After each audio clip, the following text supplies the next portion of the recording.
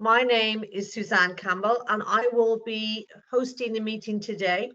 We have a fantastic presentation coming up from Euromonitor. And just to tell you a little bit about myself, I'm here in Ireland today, in rural Ireland. I'm a food and farming journalist with the national broadcaster here, RTE, and I also write in print publications and the newspapers. Now, I suppose here in Ireland, dairy is such an important industry. It's our largest export food and drink category. But I know that for everybody watching today, you've experienced so many changes and challenges throughout the pandemic period. So we're here, I suppose, today to look exactly what those challenges and changes have been. And we're going to have a really strong presentation from Euromonitor coming up to look at that. Now, the presentation is going to be about 30 minutes long. And during the presentation, if everybody could also, well, really from here on, mute their microphones, and that would be great. After the presentation, we're going to take questions, and we'd like if participants could do this via the chat function on Teams. If you put in your name, your organization, and what the question is, we can direct that to the researchers at the end of the presentation. But first of all, I would like to introduce Laurent Damien. Laurent is the Marketing and International Director at the French National Interprofessional Centre for Dairy Economy, and he's also chair of the European Milk Forum. So you're going to hear now from Laurent for a few minutes. Thank you, Susan, for this introduction. So as you said, yes, I'm in charge of the French Dairy Board, as well as chair of the EMF, which is the European Milk Forum. So it's a grouping actually of different European countries, and we work together to highlight the benefits of dairy products and also to do some communications to the European consumers. Of course, COVID has a huge impact on the consumption of dairy products. As soon as we had those lockdowns, immediately consumers changed their habits, and we also had to change the products we were offering to the consumers. As you know, everyone was locked down in their apartment or their houses, but the cows continued to produce milk, and the farmers had to continue to milk the cows, and the industry continued to produce dairy products. But immediately we observed that the demand for the products was very different. And so companies had to adapt immediately within 1, 2, 3, 4 days, their production chains, more, let's say, industrialized product, and expensive products, because the demand was there at the beginning. And some products suffered a lot, such as like the expensive cheeses or what was a little bit more fancy, let's say, and we had to adapt immediately. We also had to adapt immediately because, of course, with the lockdown, restaurants, so the food service in general, was closed. They were closed. And so the product that were delivered to this channel couldn't be delivered anymore because there was no demand. So the whole industry had to adapt within 1, 2, 3 weeks. And even after 2, 3 months, we had to continue to see some changes in consumer habits. And so we had to continue the adaptation. The main issue definitely was the food service, because as you know, all the restaurants were closed, or most of them were closed. And of course, a dairy company who used to sell, let's say, 100% of its production to the food service suddenly didn't have any clients. So we had to do a reorganization in our different countries. And also we had to understand the new consumer needs. So we conducted many studies. And then after a few months, we analyzed that even if some habits came back, definitely there were some huge changes. And restaurants didn't reopen immediately. And if some of them reopened, then there was another lockdown. And so definitely we lose a lot of business in the food service. Our concern now is, are we going to recover the sales in the food service, or so many changes had happened with the fact that first, people are more used to cook at home now. Second, because people don't go every day to work anymore because the home office has been developed a lot. So we are, it's an issue for us to understand how the food service is going to evolve in the future, and if we are going to continue to sell dairy products in the food service. So 5 countries, 5 different countries: France, Denmark, Republic of Ireland, UK with Northern Ireland, and Belgium. We decided to act as a joint force together, and we tried to set up a communication program. We asked co-financing to the EU, to the EU Commission, and they accepted it. So we are co-financed 85% for the implementation of our strategy. And mainly we decided to target the food service to reboost demand for dairies within this channel. We have done a lot of activities, restaurant activities, point of sales activities, also partnerships with influencers, different actions with social media, peer activities. And so thanks to the EU, because they finance us 85%, we have been able to recover quite a lot in the food service, but still it's an issue for the future because as you know, COVID is still a concern for the future. Some countries have got might lock down again. The pandemic is not finished. It's still an ongoing process. And even if it would be finished, we don't think that we will recover the levels of consumption in the food service that we used to have in 2019. So I think this conference is very interesting. And I'm very happy to hear the next presentations, because we want to understand better what's happening at retail level, but also especially at food service. Thank you, Susan. I give you back the floor. We don't hear you, Susan.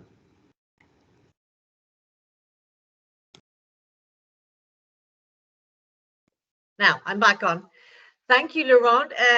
Yes, as you were saying, there's so many issues there. We are all almost still in pandemic, many of the countries that we're talking about today. So we hope to hear some really good answers from the presentation that's coming up. But first of all, we're just going to see a really short video that outlines some of the main issues before the Euromonitor presentation.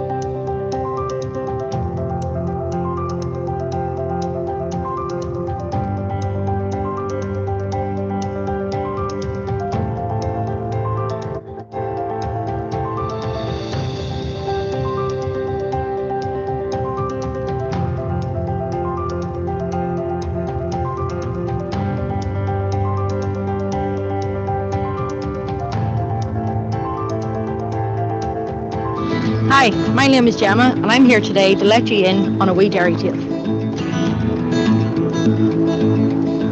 Locally, we produce some of the finest quality dairy products, including butter, milk, cheese and cream.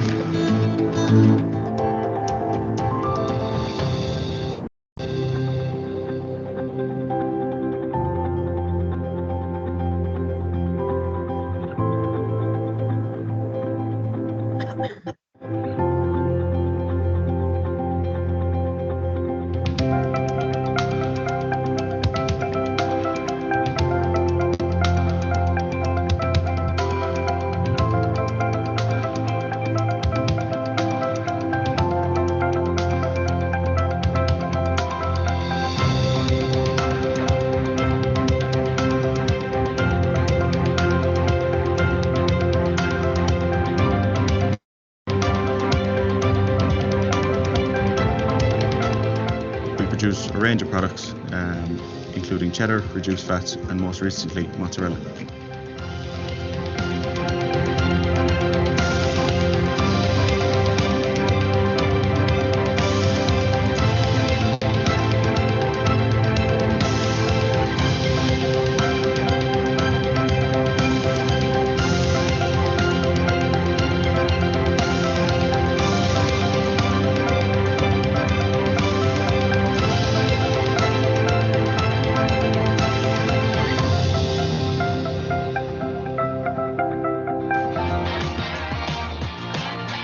Ja.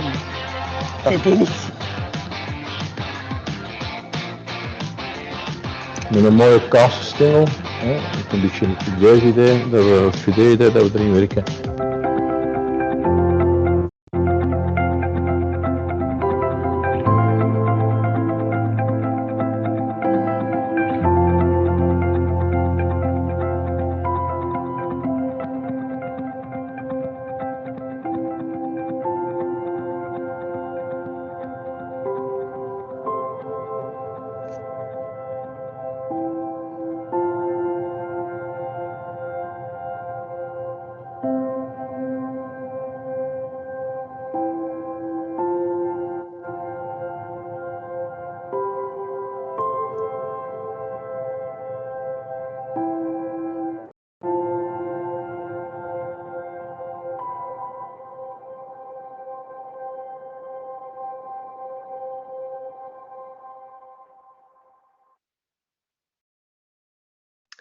Thank you. That's a really good video there. I think one of the phrases was comfort and reassurance, and that's what people turned to when the pandemic began, I suppose, and we were all cooking more at home.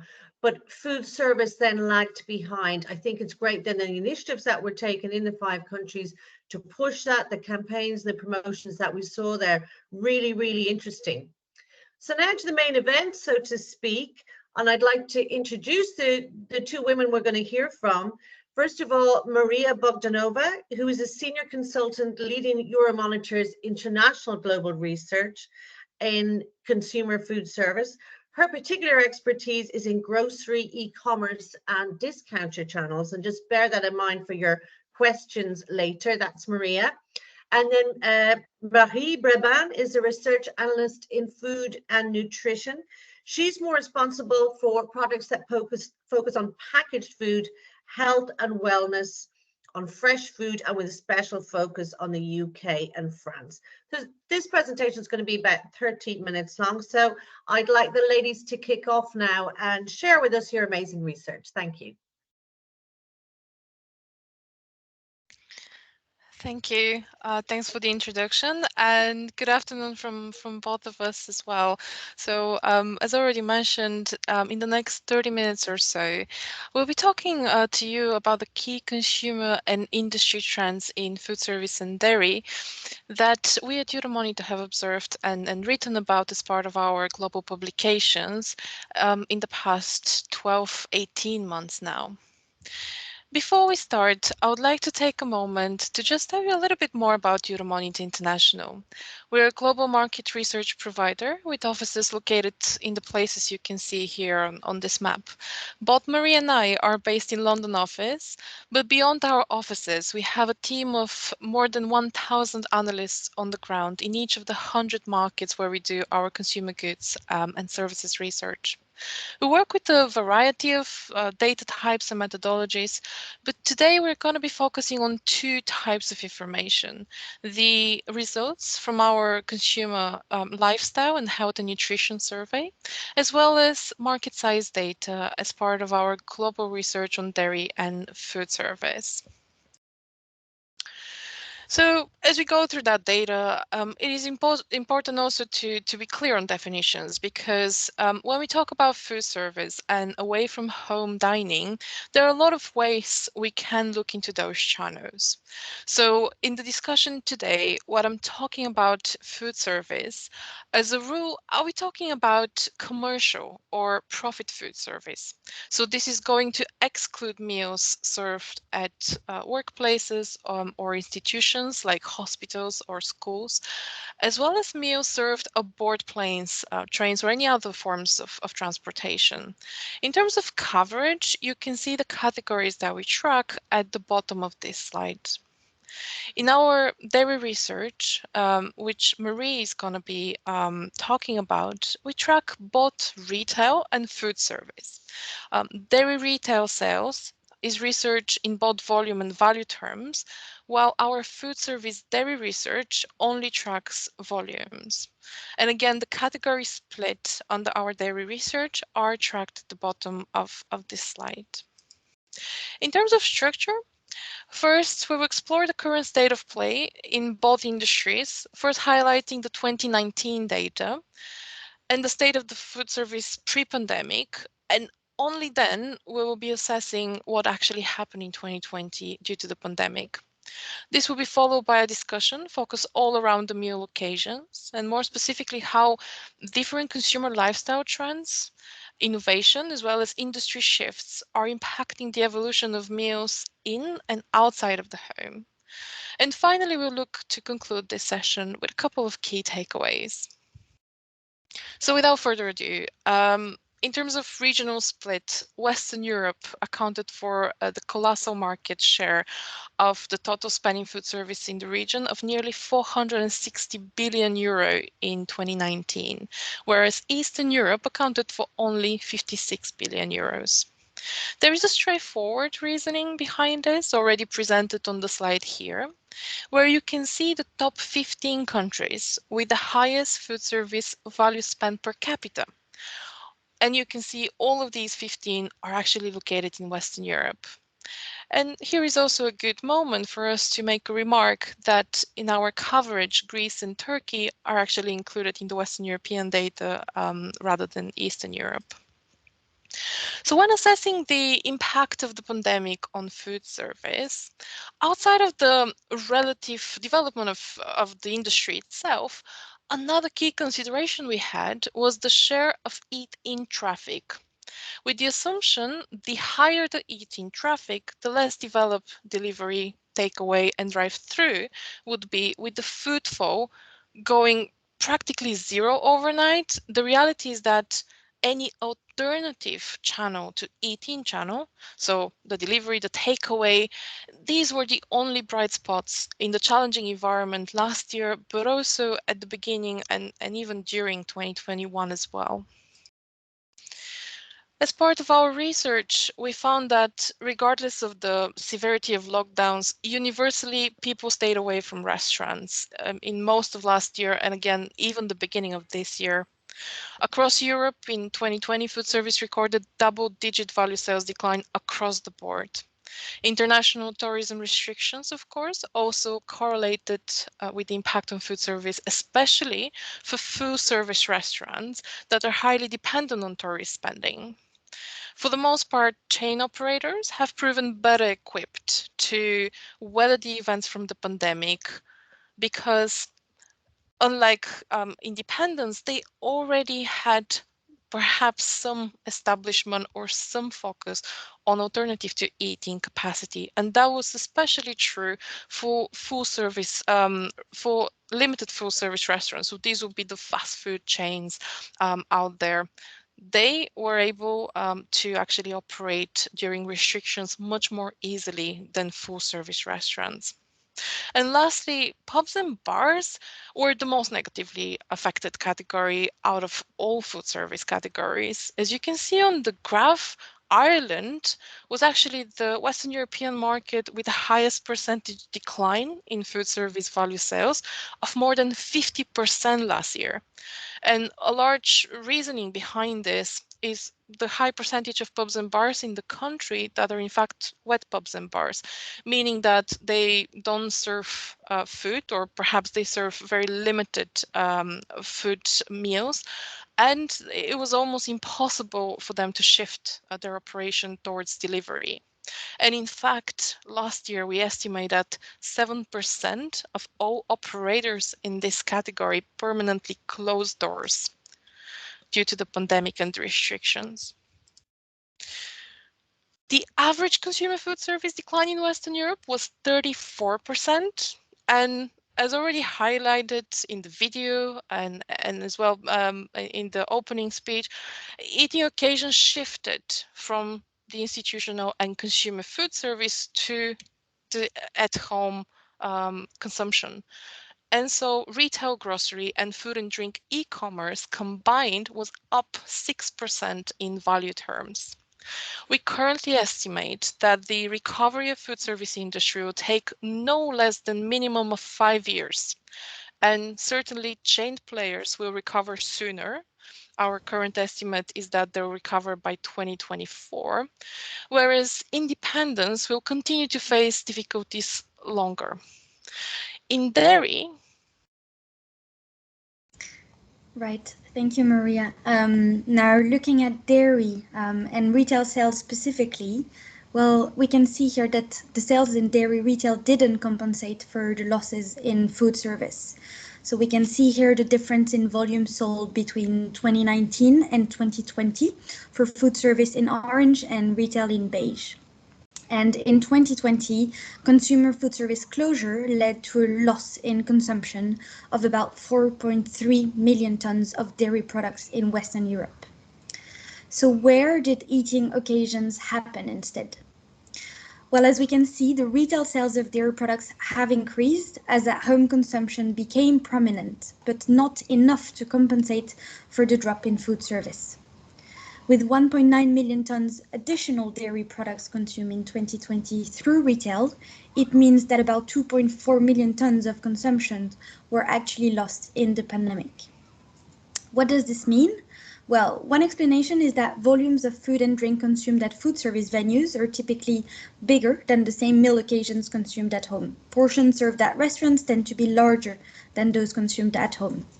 Another explanation is that consumers might have shifted from dairy products to other food products during this period. For instance, if we think about the drop in the number of pizzas consumed through food service, where food service players would have bought the cheese, tomato, and flour, were partly replaced by consumers buying ready-made pizzas instead, rather than the separate ingredients to make them. So food service providers can have a broader way of using dairy products, and this is where it got lost in the pandemic. Whereas consumers get the options of ready-made alternative packaged food items like a cake or a pizza, which wouldn't involve and divert the consumption from the butter or the cheese itself. Nevertheless, dairy products retail sales increased by almost 7% in 2020 and still shows good growth at 6.3% in 2021. Now, the strong disruption in 2020 impacted at-home consumer trends and behaviors and fueled the growth for different retail sales of different dairy categories.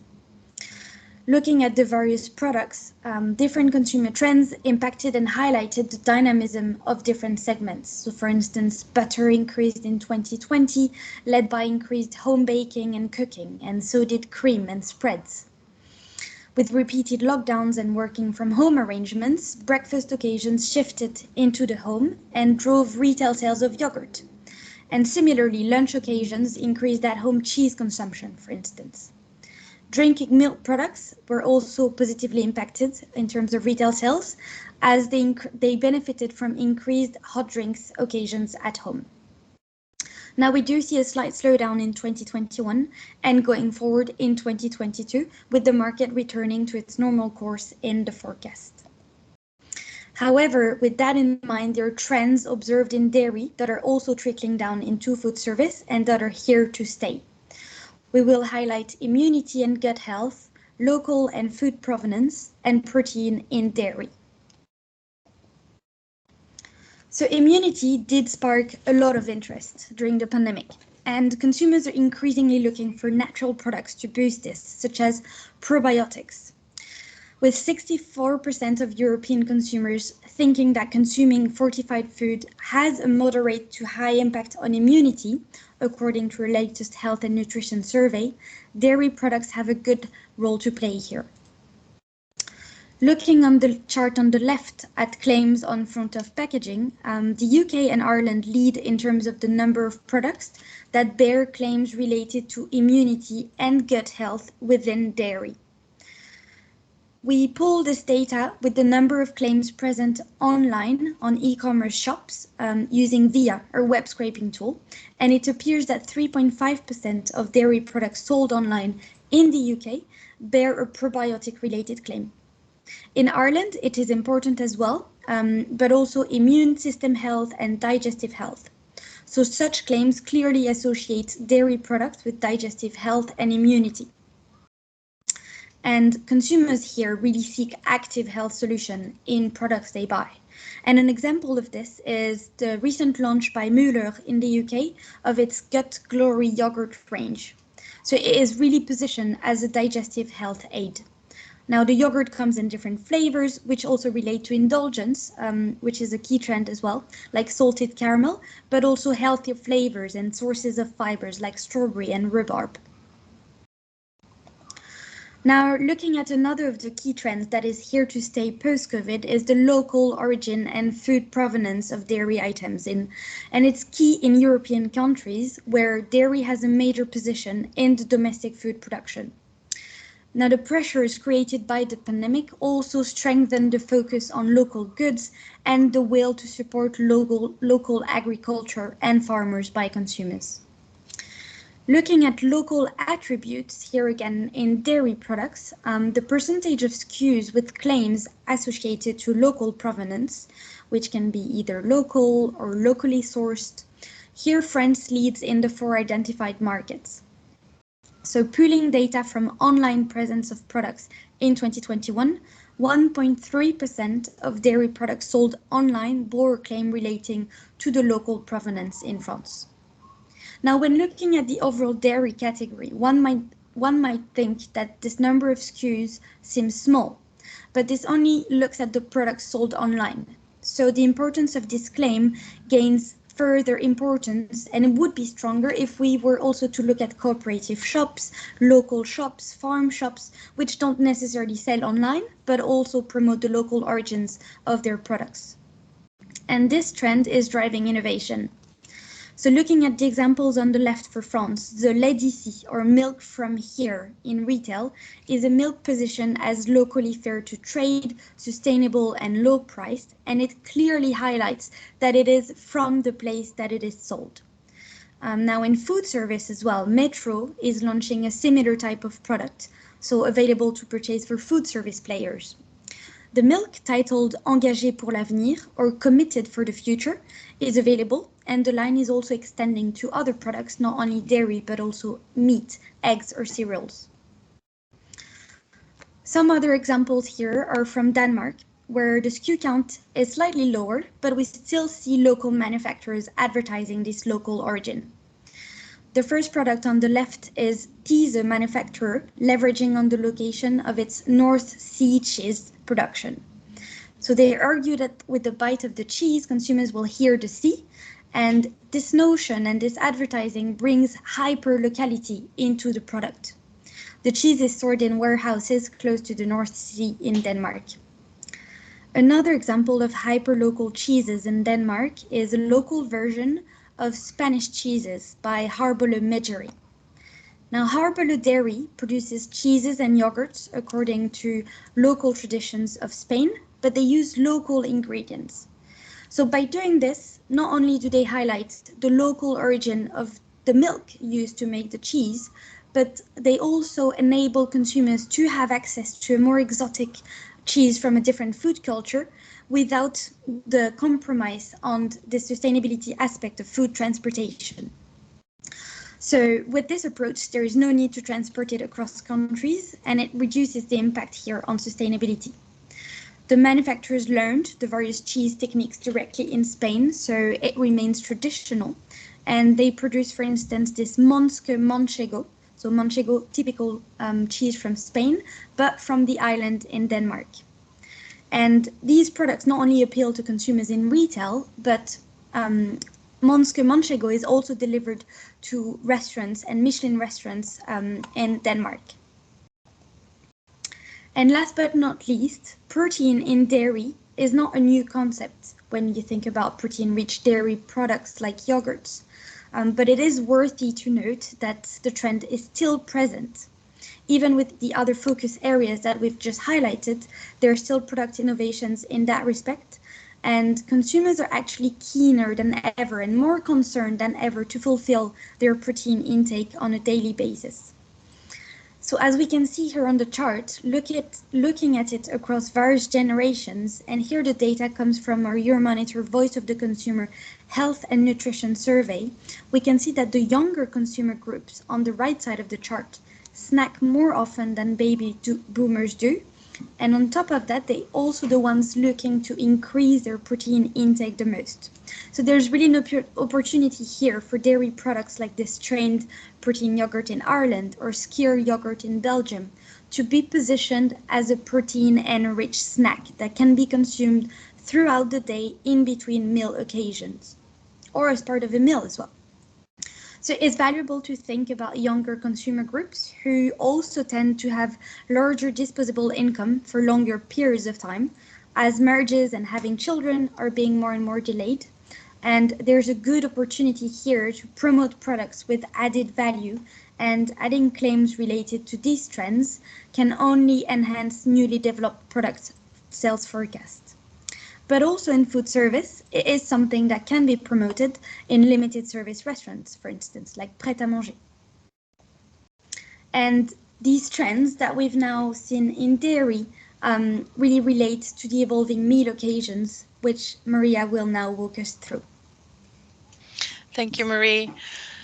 So, as explained already, in 2020, there was a significant boost in cooking and baking related activities as these shifted to the home, which has particularly positive impact on retail dairy sales. However, according to our consumer lifestyle survey data, in Western Europe, cooking fatigue has started growing in 2021, which is prompting consumers to look for a new kind of convenience at home, with many still hesitant to return back to normal pre-pandemic eating out habits. So for instance, when we look and compare the 2020 versus 2021 results in our consumer survey, we highlight that increasingly people indicated that they would rather spend time doing other things than cooking. They also now appreciate the convenience of ordering food for delivery more. And even if we saw an uptake in cooking during COVID-19, it is unclear if we really got better at cooking or perhaps if we learned to like cooking more. So certainly our survey shows that increasingly percentage of people in Western Europe appreciate that the food from restaurants or from the food service simply just it tastes better. When it comes to one of the probably most important shifts in consumer lifestyles, of course, we need to highlight the consumers' time spent more at home. And when assessing whether or not that will be permanent or not, again, as part of our survey, 72% of consumers claimed they will be spending more time at home, at least in the medium term, and 24% of those believe that this shift will be permanent. So what does all of this mean for the food service environment moving forward?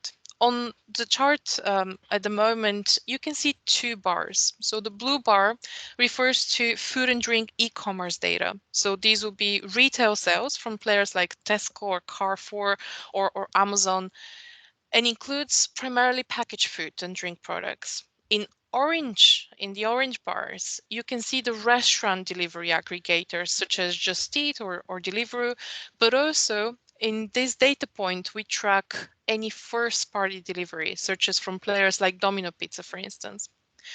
In the light blue line, which is perhaps the most important data point you see here, we highlight the share of food and drink grocery commerce and restaurants. So the share of total online sales out of the total food and drink industry spending in Western Europe.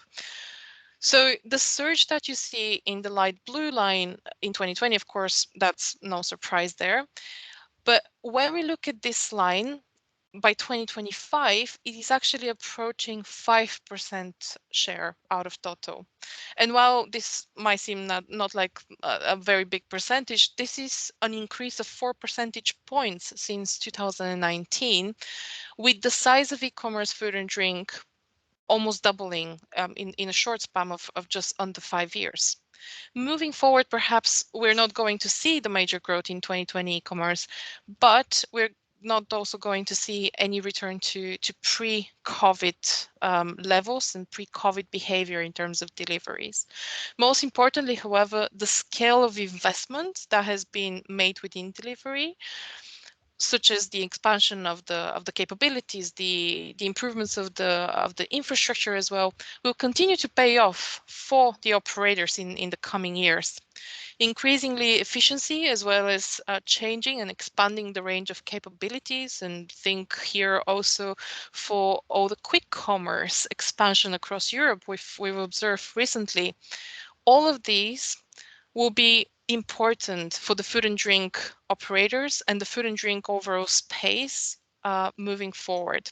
And outside of the shift, however, and the demand for delivery, in the context of more time spent at home, food takes much more important role in the everyday life of consumers. And so this adds to the food business overall. It increases the opportunities for operators to grow meal occasions organically. It also, this environment, this dynamic, it says the competitive environment in a way that blurs the lines between grocery and retail, food service and retail even further than we've observed over the past 5 years. Delivery and lifestyle trends have brought packaged food and prepared food into closer competition. And the rise of on-demand delivery is not only changing how and where we eat, but also what we eat, with food and drink prepared by others accounting for a larger portion of daily eating and drinking occasions today as well as in the future. So while we might eat more at home, that doesn't necessarily mean that we'll be cooking more at home. It simply might mean that there'll be more opportunities for operators to serve into that occasion. And when it comes to meal providers, we increasingly diverge along two kinds of opportunities here. So one is special occasion that will call for more layers of preparedness, as well as everyday occasion that will call for less layers of preparedness of the meal. On the grocery side, we have sub-trends such as subscription, dark stores, third-party delivery. And again, the delivery component perhaps runs through all of these segments. But moving forward in food retail specifically, new services stem there from grocery retail stores. We'll see increasingly the meal opportunities with higher volume, but actually lower value transaction. And at the same time, consumers will look to spend more for special occasions as well. And here, food service has a unique opportunity to continue to tap into this trend with growth of lower volume but higher value transaction. competing on experiences, the craft, the service that they offer. That doesn't mean that restaurants won't be heavily exploring delivery. And in fact, if you think about newly established restaurants moving forward, this will likely be with a first in mind delivery setup. But we see operators already also changing locations, experimenting with different formats, different menus as well. So overall, if we need to take one thing of all of that dynamic, is one fact: the eat-in restaurant occasions moving forward across all markets across Europe will be going down as a percentage share out of total occasions. And as the relationship between restaurant and food industries further develops, food players that have historically focused only on packaged food side are taking the opportunity to explore meal occasions throughout the online channel with direct-to-consumer offering. Here we have an example from the UK with Galbani that is offering pizza meal kits on demand on Deliveroo app in the UK. And also in terms of consumer demand for weekly food deliveries, we saw just a couple of slides ago that we believed back in February, where we published that data, that perhaps the urge for people to order more and more online will go down slightly. We're not going to see as high demand for online ordering this year as we saw in 2020. But as part of our consumer survey results, again, we see that across markets, the demand for ordering food for delivery weekly is actually growing this year in comparison to the growth last year. Keeping again the focus on packaged food manufacturers, taking advantage of this dynamic, we have two more examples here. Right. So, as mentioned by Maria, we see several examples of retail brands entering further into home meal kits occasions and at-home meal occasions. So not only just selling into shops, but also with subscription boxes, for instance, that partner with retail products. So subscription boxes or meal kits are already sort of blurring the line between an experience at the restaurant and cooking at home. And this example comes from Mindful Chef, which grew sales by over 45% in 2021 in the UK. And they started introducing sponsored products into their boxes.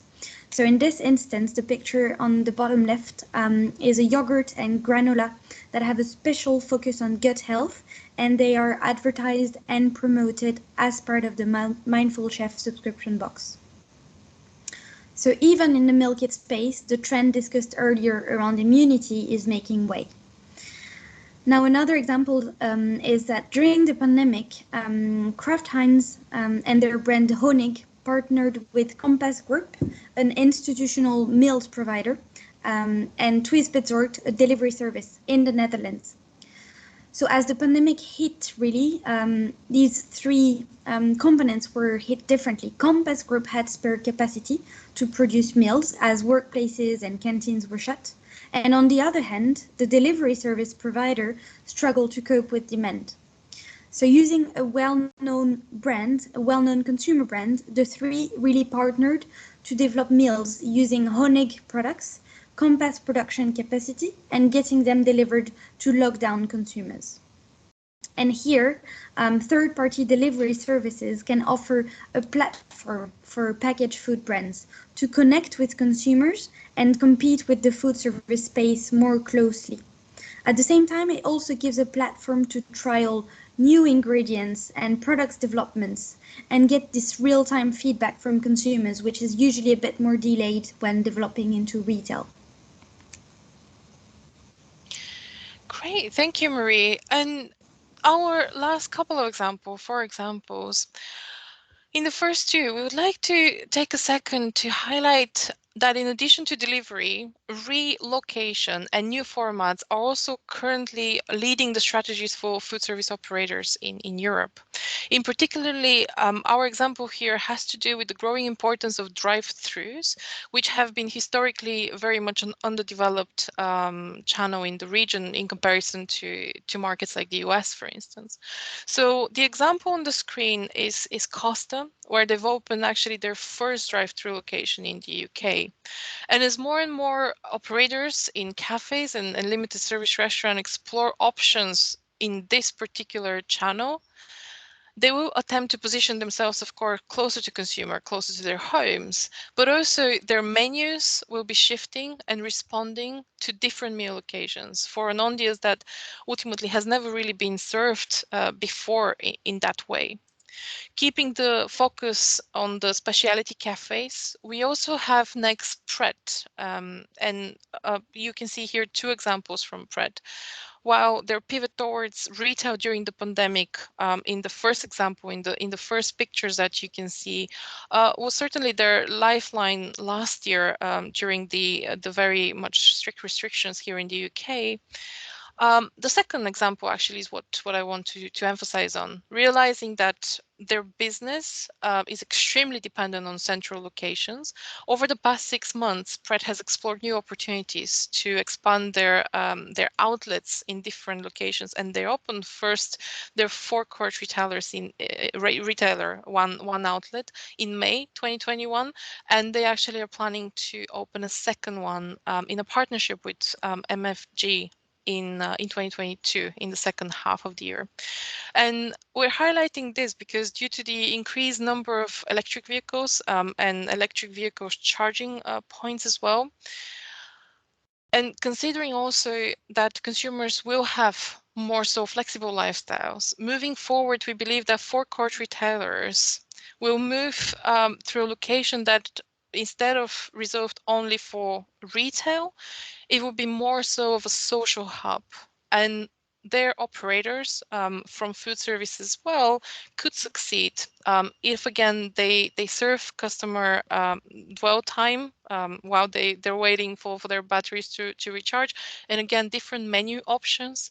Exploration of those will certainly be important moving forward.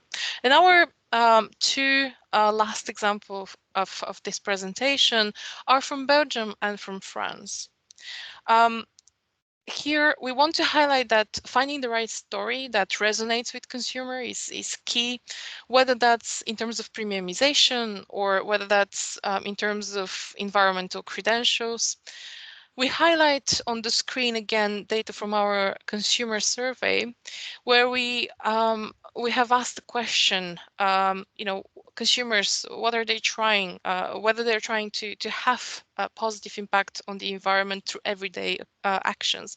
And we see that when we compare 2020 to 2021 data, again, despite the pandemic, we see an increase in the percentage of people who very much are trying to have a positive impact, whether that's through their diets or perhaps through recycling. It's very much more important for the consumer. And for operators as well, they recognize this shift in consumer values, trying to really engage on those values and align with their target. So Lunch Garden, an example from Belgium, they've lost actually two-thirds of their revenue last year, and they've taken that opportunity to reassess their target group, and they've revised their menu so they can actually include more vegetarian ranges, while at the same time keeping kind of on the same line of positioning or previous positioning to be family orientated atmosphere, and again really focus on the values on the key target group that they're serving. And then similarly to this, again on the same subject line of finding the right story that resonates, we also see, and as Marie has highlighted in dairy, hyper-local is extremely important. Seasonal food offering as well on the broader food industry, extremely important, and that is catching up from retail now in food service as well. And new concepts really quickly follow suit here. On the screen, we see an example from France, Le Présage. I hope I pronounced this correctly. They changed their menu on an everyday basis, adapting to local and seasonal products. And the concept, it's new. It's actually part of our new concepts competition 2021 in our consumer food service research. The concepts is also unique because it also uses local energy thanks to innovative solar stove. And we've discussed so many topics today, from dairy retail to food service to new developments, establishment in food service, new ways of connecting with consumer. But we want to leave you with 5 key takeaways as part of this presentation. So while food service industry might take 5+ years to recover, in that recovery, building new points of contacts with consumers and rethinking the traditional approaches will be crucial.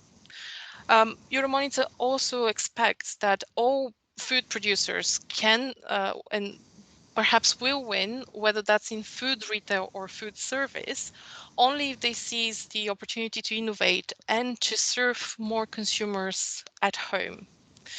We expect that meal providers will diverge along these two kinds of opportunities: special occasions that will call for more layers of preparedness in food, and everyday occasions that will call for less layers of preparedness. And finally, for me, finding the right story to tell and upgrading the experiences will likely prove key in luring consumers back in physical restaurants, very similarly to the success in similar strategies that we already see in retail industry.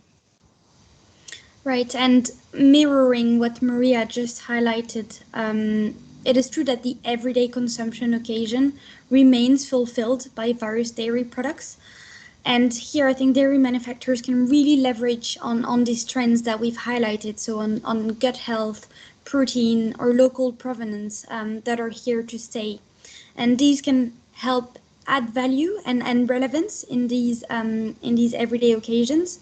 Now, at the same time, and as we've seen, the lines really start blurring even more between various occasions and various meal fulfillment area. Whether it's at home or outside in food service. But so here it's really key for dairy manufacturers to ensure that their offering is consistent and cohesive and offers cohesive presence across all these evolving channels. And here again, playing on the trends that we've highlighted previously. And that takes us to the end of today's presentation. Thank you for joining us, and we will now be ready to take your questions.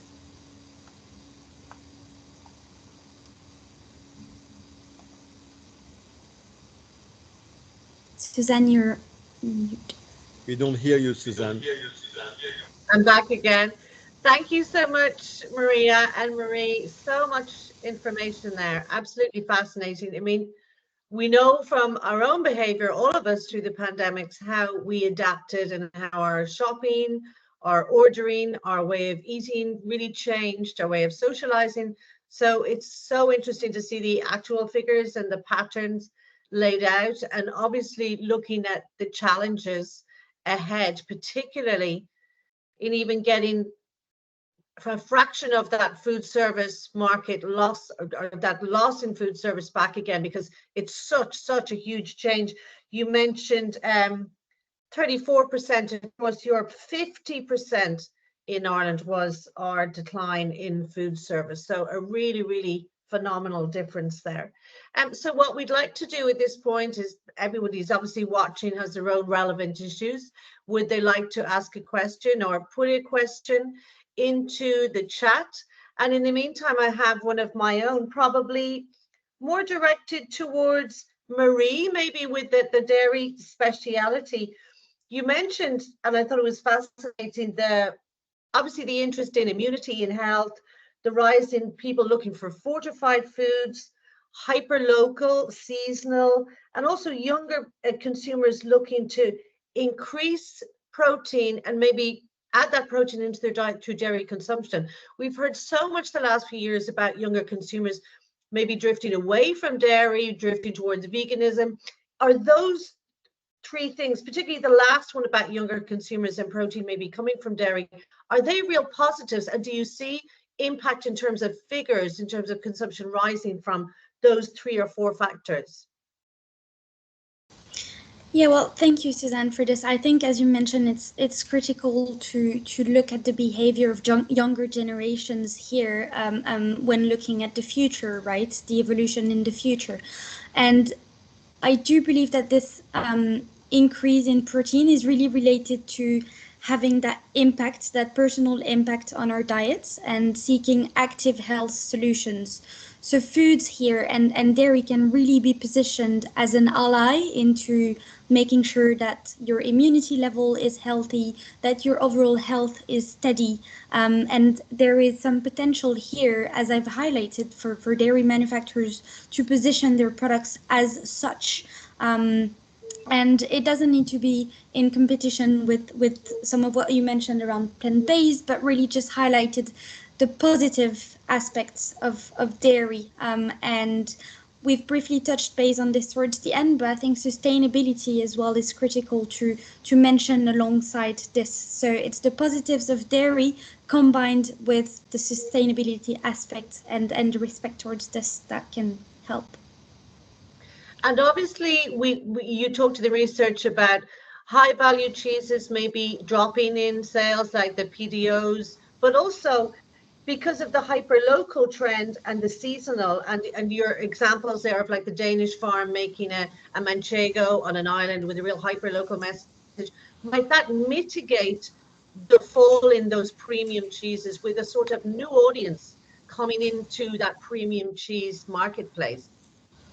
Yeah, so I think here it's really a matter of communication, right? I think premium cheeses can sometimes be sort of communicated or advertised through food service. If you go to a nice restaurant that offers a premium cheese, you might get to know it and taste it and get the like of it. And then you might want to replicate this at home and buying it for yourself. So with that loss in food service in 2020 and further 2021, this is where it has been really detrimental to these types of cheeses. But I think by leveraging on other aspects such as locality, food provenance, and also in some markets, the support that it provides to local communities, local farming and local agriculture can really help boost these subcategories of cheese and other dairy products as well. Okay, thank you. Maria, another thing you focused on, I suppose, one of the biggest top line changes is that huge loss in food service and that projection that it might take 5 years for the food service marketplace to recover in Europe. Might it ever recover? We know that such a huge amount of restaurants in every country just will not reopen because staff have left the business, owners, different financial problems. Is that recovery, I suppose, going to look the same as it was in 5 years, or how accurate might that projection be? Yeah, absolutely. I mean, it's very difficult with the level of uncertainty we have around the pandemic still to predict recovery. But as we highlighted, it is important to have a look maybe and understand the dynamic between chained and independent operators, and certainly chained have just simply more ability to pivot towards the channels that we know will be increasingly more important, such as delivery, such as drive-through. And when it comes to independence, it is also clear that the number of outlets across the board is actually going down. But that doesn't necessarily mean there is no way that the value sales will be back to pre-pandemic levels, because as we saw, different operators across the board, whether that's in retail or food service, they're pivoting in different directions, in different to serve different meal occasions for consumers. And so when it comes to looking at food service only for eat in, then yes, maybe we'll never go back to what it was pre-pandemic with the level of eat-in value sales. But that doesn't mean that for food service operators, producers of different food items and categories, that doesn't mean that for them there won't be opportunities to shift, to partner, to look how to position themselves differently. Maria already explained one part of this, positioning in food service, and then is translated in retail. But there are other opportunities there as well that I feel like just now we'll see increasingly more important for food service operators, with them also potentially tackling and establishing. We already saw one such example in the UK, but establishing their own direct to consumer arms, right? It's not just about the packaged food operators, but themselves as well. So it's about realizing the consumer shifts, the lifestyle trends that we highlight here in our consumer survey data, the ones that will be kind of short-lived versus the ones that will be very much long-term. And only then seeing, okay, how can I play in these different channels? How can I play so I can serve all of these newly established meal occasions? And I feel like afterwards, it's also about, targeting. As you both mentioned with Marie, how do you target younger consumer base? What is the messaging versus, the older generation? So all of these are very much dynamics that play, into one and increase the the difficulty in, okay, we're going to return to pre-pandemic then. It's difficult to measure that, but our current assessment is that for chain operators, so these are operators with 10 plus outlets, this will be much easier than for the independents, for the smaller operators, to pivot in such large scale, in such large shifts, and find ultimately their footing in that. Okay. I just remind everyone watching, if you want to ask a question, you have really great research here, and the girls can answer your queries really well that maybe relate to your own marketplace a little bit more. So just type the message into the chat along with your name and with the organization you're from. I have another question there, I suppose, Maria, it's for you as well. I loved the phrase cooking fatigue. I think we all suffered from that in 2021, because maybe in 2020 there was a sort of a novelty with being at home so much, and it was so enjoyable in so many ways. But what that reminded me of was how quickly this pandemic is changing our behavior, even within periods within the pandemic. So our behavior in 2020 in terms of cooking at home and consumption was different to 2021. We're now looking at, we're still in this period and this issue coming into 2022.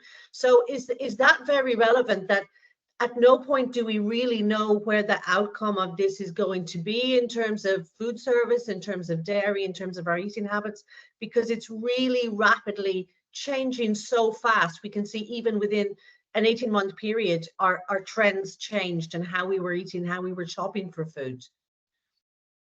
Yeah, no, you're absolutely right. When we were assessing these particular questions that we ask in our consumer survey, we were fascinated, right? I mean, in every single question, you're like, oh, well, that's happening. Okay, that's happening. And, you judge from your own experience, but you're also then serving, thousands of people, and you're thinking, okay, well, there is potentially also a limit of the experimentation that you can do at home, and you do strive to go back to some normality. We all remember what it was 2019, and so currently we're still hesitant to go back to this, but these shifts, we need to recognize which are here to stay and they'll be there, and which are short-lived. We're going to go over this and forget about it. I read a research, I believe it was published in The Economist recently, where they were simply saying that we don't have even like really strong connection to what happened during COVID and the lockdown, simply because, to connect or to remember something, you need like a point of reference, right? You need, like, whether it's a trip or whether it's, a gathering outside. We don't have that. So actually, we're not going to even remember much of of what happened. But the shifts in terms of eating occasions, right, in terms of us being like a little bit over this whole cooking craziness that happened especially in the first lockdown, right, especially with the baking and all, that was completely, out of the blue for us to predict. But we suddenly saw the retail trends. We have Via, which, as Marie explained, we track the availability of products online, and suddenly, milk, butter, all of these cooking ingredients gone. So, and we can see these as they happen, but there is a limit to this. There is a stop. And suddenly you realize, okay, I might be working from home more, right? I might be more at home moving forward. You readjust yourself a little bit, kind of your expectations. But does that mean I don't want someone else out there to prepare my food and bring it, to me already in a semi-prepared or already ready format? And I think increasingly, as we saw, it's just people really appreciate that. And I feel like at that moment also, because the food service as well as the retail environment is so much shifting, suddenly you have all of that offering, so much investments poured into these serving, for at-home consumers. And I was arguing with one of our analysts recently that, next I find that subscription services also will be a very big thing in terms of delivery, but not like for even meal kits, but more so from already operators on the market, like Pret, for instance, that is playing with subscription, but they might be now tackling only the working from home consumer, right? And they might say, well, if you're working from home on Monday, let me, pre-select, or you can pre-select your menu for that specific day, moving forward. Now, we don't know of such developments yet, but I don't see a reason why it's not going to happen. I think, ultimately operators across the board, they'll just continue to innovate and see all of these shifts and use them as inspiration moving forward. Brilliant, thank you. And last question. I mean, I'll ask one more question to Marie, but anybody else, if you do want to ask something, do put it into the chat before we wrap up. Marie, you mentioned sustainability at the end. Is that message an increasingly important one within all consumers, but particularly in regard to dairy? And I suppose you see dairy brands adapting and trying to message about that aspect of consumption, because it's a very hot topic. It's so central to everything in food and everything in consumption at the moment. So what are you witnessing on that? Yeah, well, I think maybe halfway in the pandemic, we were wondering, and manufacturers were also wondering whether the COVID pandemic had sort of like swept away the sustainability aspect in terms of what is priority in consumer minds. But actually it isn't the case. And as Maria was mentioning in one of the surveys that we have, we even see that it's even more a critical aspect in consumers' mind in terms of purchasing behavior and decision making. So I think the link between health and the environment and sustainability has been put even more forward during the pandemic, and consumers throughout the generations have become even more aware than they were. And in terms of packaged food or dairy food items, what it means is that maybe at some point, and similarly to what is seen in baby food, where organic is becoming almost a hygiene factor, so meaning that consumers are actually demanding baby food products to be organic. Well, it might move forward in that direction, where all manufacturers, packaged food manufacturers, will need to, in some of the ways, in some of the aspects that sustainability play in, because there are several, be it animal welfare, environment, or others, will have to commit or argue of one such thing into their production.